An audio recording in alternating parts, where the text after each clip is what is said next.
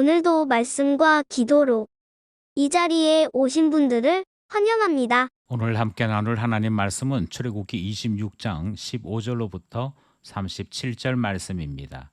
만왕의 왕 하나님을 항상 존중하십시오. 지금부터 본문을 읽겠습니다.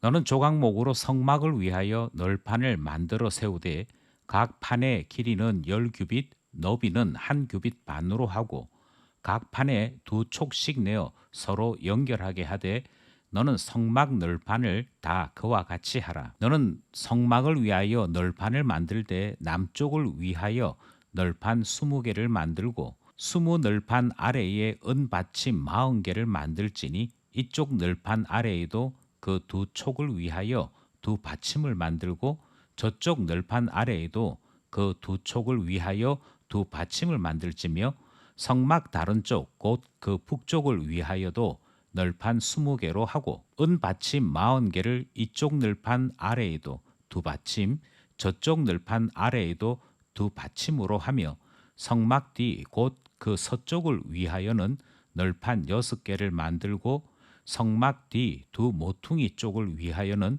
널판 5개를 만들되 아래에서부터 위까지 각기 2겹 두께로 하여 윗꼬리에 이르게 하고 2모퉁이 쪽을 다 그리하며 그 8널판에는 은받침이 16이니 이쪽 판 아래에도 2받침이요 저쪽 판 아래에도 2받침이니라. 너는 조각목으로 띠를 만들지니 성막 이쪽 널판을 위하여 5개요 성막 저쪽 널판을 위하여 5개요 성막 뒤 곧 서쪽 널판을 위하여 5개며 널판 가운데 있는 중간 띠는 이 끝에서 저 끝에 미치게 하고 그 널판들을 금으로 싸고 그 널판들 위에 띠를 꿰 금고리를 만들고 그 띠를 금으로 싸라.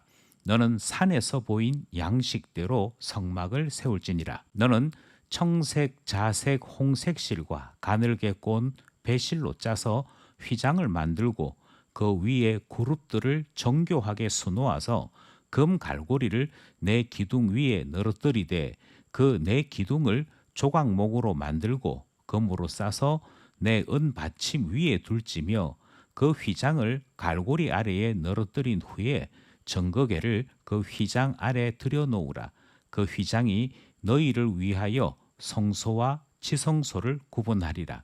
너는 지성소에 있는 정거개 위에 속죄소를 두고 그 휘장 바깥 북쪽에 상을 놓고 남쪽에 등잔대를 놓아 상과 마주하게 할지며 청색, 자색, 홍색 실과 가늘게 꼰 배실로 수놓아 짜서 성막 문을 위하여 휘장을 만들고 그 휘장 문을 위하여 5기둥을 조각목으로 만들어 금으로 싸고 그 갈고리로 금으로 만들지며 또 그 기둥을 위하여 받침 5개를 노스로 부어 만들지니라.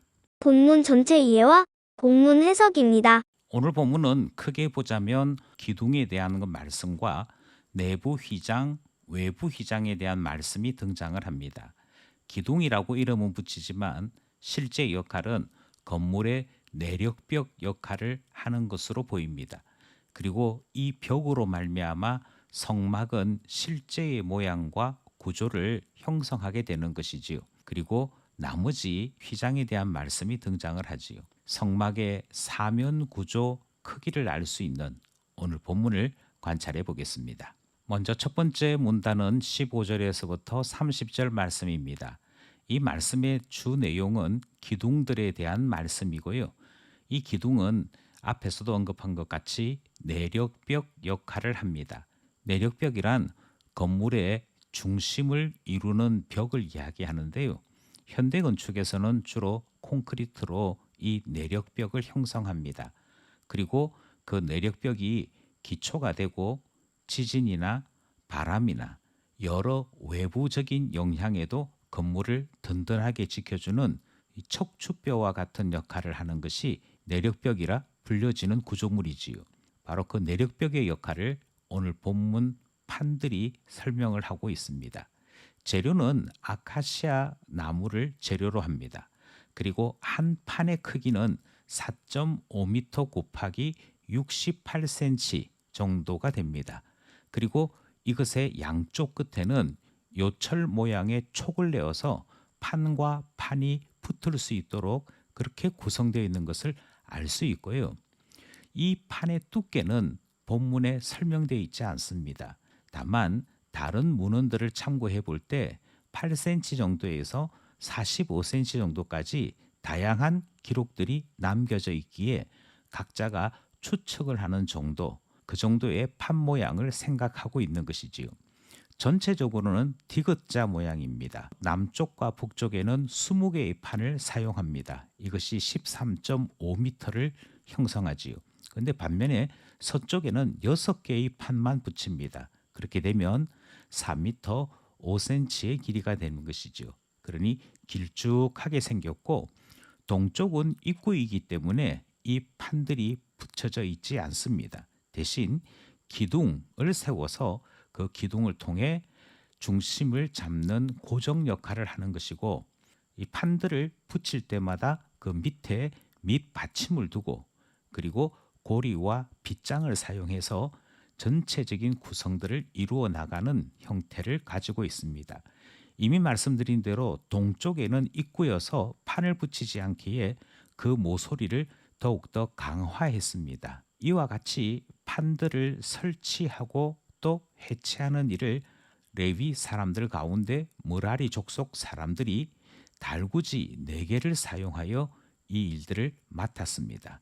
이들이 성막을 건축하기도 하고 해체해서 이동하기도 하는 중요한 일을 맡았더라.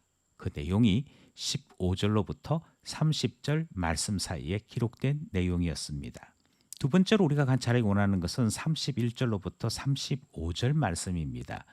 여기에는 내부 휘장에 대한 말씀이 등장하죠.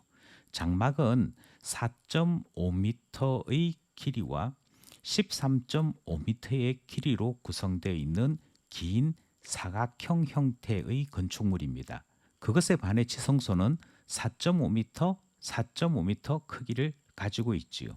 장막 전체로 보자면 3분의 1은 지성소, 나머지 3분의 2가 성소로 구성되어 있는데, 이 3분의 1과 3분의 2를 나누는 구조물이 무엇인고 하니 바로 내부 휘장이라고 불려지는 이 커튼을 통해 성소와 지성소가 구분되는 것입니다.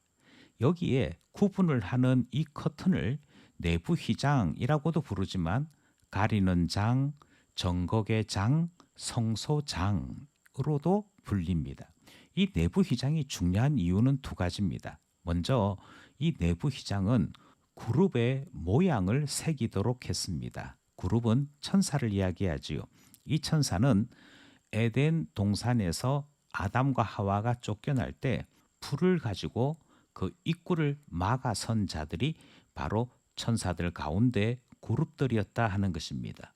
내부 휘장은 천사들의 이 모양을 새겨 놓음으로 함부로 하나님 곁에 갈 수 없음을 나타내는 표시가 되었던 것이지요. 이 휘장을 기둥에 거는 방식으로 설치를 했습니다. 그리고 이 휘장이 중요한 또 하나의 이유는 예수님께서 십자가에서 죽으실 때 그 죽으심과 동시에 찢어졌다라고 기록되어 있는 휘장이 바로 내부 휘장이 되는 것이지요. 내부 휘장이 둘로 찢어짐으로 지성소와 성소의 구분이 없어지게 되었습니다. 이것은 예수 그리스도의 십자가가 거룩하신 하나님 앞에 이를 수 있는 길을 열어놓은 것이고, 우리가 예수 그리스도로 힘입어 그 지성소 안으로 담대히 들어갈 수 있는 기회와 형성되었음을 나타내는 사건이었던 것입니다. 하나님과 우리 사이에 막힌 담이 무너지는 것과 같은 사실이 바로 내부 휘장이 찢어지는 것이었는데요. 처음 성막을 만들 때 그 내부 휘장에 대해 말씀하시는 것이 바로 오늘 본문 내용이었던 것입니다. 마지막으로 36절, 37절을 살펴보려고 합니다. 여기에는 외부 휘장에 대한 말씀이 기록되어 있습니다. 외부 휘장은 건물로 보자면 현관과 같은 역할을 합니다. 장막은 동쪽이 입구라 이미 말씀을 드렸고, 외부 휘장을 통해서 뜰과 건물 그 경계를 구분하는 것이죠. 그런 점에서 외부 휘장은 현관과 같다라고 말씀드릴 수 있습니다. 그리고 이 현관과도 같은 외부 휘장의 기능은 두 가지인데요. 첫 번째는 건물 자체를 보호하는 역할을 합니다. 그리고 또 하나는 제사장이 아닌 자들이 이 성막 안으로 들어올 수 없도록 경계 역할을 합니다. 외부 휘장은 5개의 기둥을 걸어서 설치를 하였고, 그 5개의 기둥 아래의 받침은 노스로 되어 있습니다. 앞쪽 구조물들이 지성소와 가까우면 가까울수록 금으로 되어 있는 것에 비해 멀면 멀수록 노스를 재료로 사용하는 것을 확인할 수 있습니다. 여기까지 오늘 본문 말씀에 대한 관찰과 해석이었습니다. 말씀을 따라 기도하며 결단해 봅시다. 첫 번째로 우리가 살펴본 것은 내력벽과 같은 널판에 대한 설명이었습니다. 사실 내력벽이 없는 건물은 존재하지 않습니다. 만약 이 벽이나 기둥이 없다면 조그만한 바람에도 건물은 쉽게 무너지기에 모든 건물들마다 중심을 잡는 내력벽은 존재하게 되어 있습니다. 신앙도 마찬가지지요. 신앙에도 기둥이 있어야 합니다. 기둥이 있어야 우리의 신앙이 시험 가운데 있을 때에도 견뎌낼 수 있거든요. 신앙의 기둥과도 같은 역할을 하는 것이 하나님에 대한 신앙 고백입니다. 신앙 고백은 신앙생활에 있어서 기둥과 같은 역할을 합니다. 그러므로 우리의 신앙 고백이 신실하고 진실해야겠습니다. 그런 사람일수록 그 사람의 신앙은 진실하며 흔들리지 않기 때문인 것이지요. 우리에게 신앙 고백을 배우게 하시고 신앙 고백을 따라 살게 하소서. 그리하여 우리의 신앙이 신실할 수 있도록 도와주옵소서 기도하게 되는 것입니다. 두 번째로 에덴 동산을 보호하시려고 그룹을 두셨던 것 기억합니다. 그리고 사람들의 출입을 막았던 것을 우리는 잘 알고 있지요. 그러나 예수 그리스도로 말미암아 휘장은 찢어졌고 하나님의 거룩하심 앞으로 나아갈 길을 얻게 되었습니다.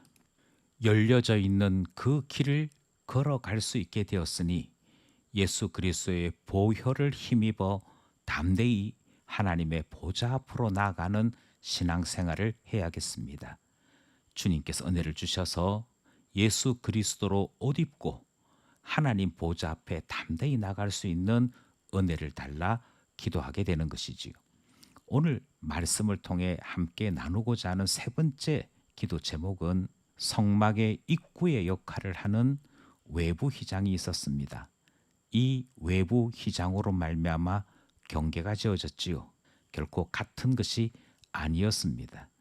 우리의 삶에 하나님과 함께하는 삶은 분명히 구분되고 표시납니다. 아무렇게나 예배라는 이름을 갖다 붙일 수는 없는 것이지요. 우리의 삶이 진정한 삶으로서의 예배가 되기 위해서는 우리의 삶에 경계가 주어져야 됩니다. 뿐만 아니라 성령께서 그 경계를 경건으로 지키게 하심으로 새 속에 물들지 아니하는 참된 영혼이 될 수 있기에 우리를 지켜주시옵소서 기도하게 되는 것입니다. 오늘도 말씀과 기도로 주 안에 살아가는 우리 모두 되기를 소원합니다.